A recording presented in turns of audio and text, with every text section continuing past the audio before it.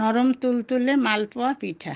মালপোয়ার জন্য একটি পাত্র, তাতে 1 চামচ বেকিং সোডা, 1 চামচ লবণ, ফেটানো 1 কাপ দই দিলাম, 100 গ্রাম সুজি, গ্রাম ময়দা দিলাম, 1 গ্লাস জল দিয়ে দিলাম ফেটানোর জন্য, 100 গ্রাম এর মধ্যে নতুন গুড় দিয়েছি, 1 বাটি নারকেল কুড়িয়ে নিয়েছি, তাতে 4 চামচ চিনি, সামান্য পরিমাণ নতুন গুড় দেব, সামান্য পরিমাণ ঘি দিয়ে দেবো, 1/2 বাটি সুজি ভেজে নিয়েছি, পিঠার পুর করার জন্য নারকেল চিনি দিয়ে দিলাম, সামান্য পরিমাণ জল দেব, নারকেলের পুরটাকে গোল বানিয়ে নাড়ুর মতো চ্যাপ্টা করে নিচ্ছি, তেল দেব,